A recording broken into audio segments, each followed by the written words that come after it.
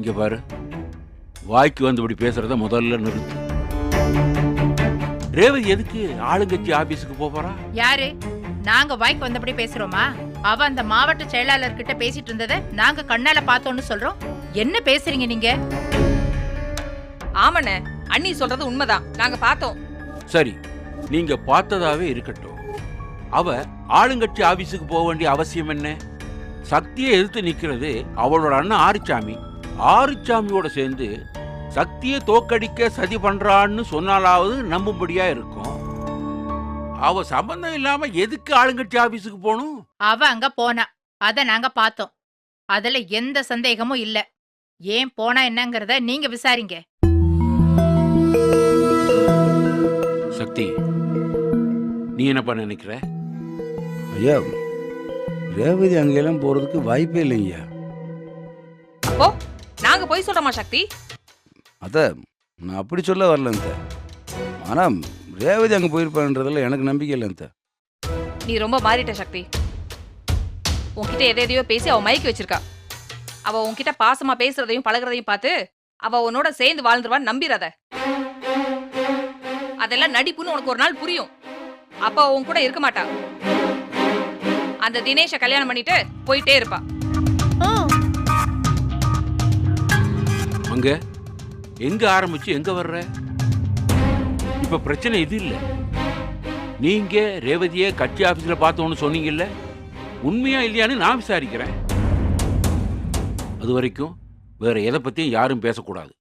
ஆமா, அவளை பத்தி யாரும் ஒரு வார்த்தை சொல்லிடக்கூடாது.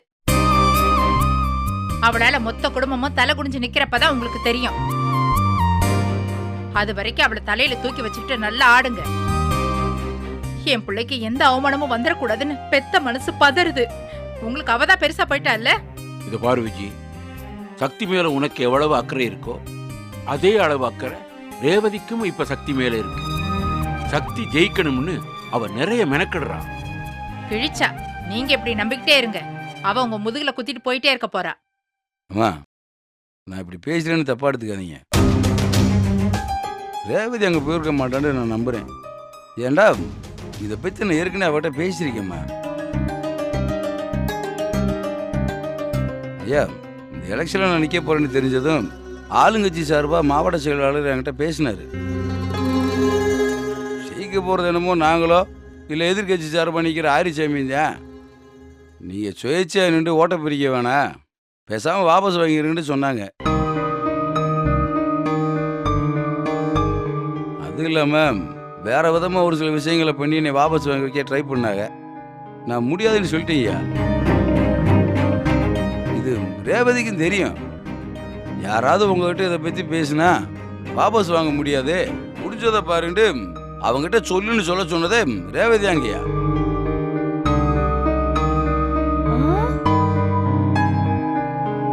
எனக்கு இப்ப மேட்ரு புரிஞ்சிச்சு. உங்ககிட்ட வாபஸ் வாங்காதீங்கன்னு சொல்லிட்டு ரேவதி ஆளுங்கட்சி ஆபீஸ்க்கு போய் நான் அவரை வாபஸ் வாங்க வைக்கிறேன்னு சொல்லி டீல முடிச்சு சில பல பெட்டிகளை வாங்கியிருப்பா.